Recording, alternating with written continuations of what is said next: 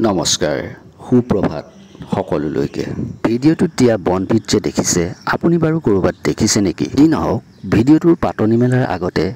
এষাৰ কথা কৈ লওঁ এই ভিডিঅ'বোৰ সৰ্বসাধাৰণ লোকৰ বাবেহে নিৰ্মাণ কৰা হৈছে যিবোৰ ভিডিঅ'ৰ পৰা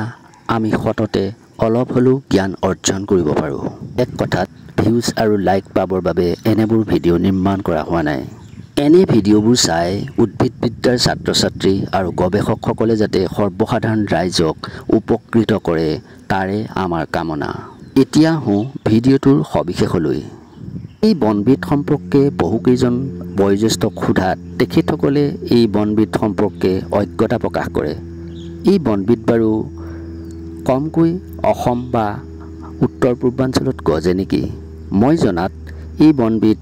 বাৰিষাৰ মাছ ভাগত 10 আনিকীয়া ঠাইত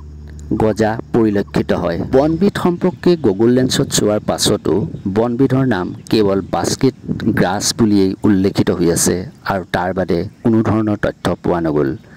কোনো সদাশয়ে যদি এই বনবিধৰ ব্যৱহাৰ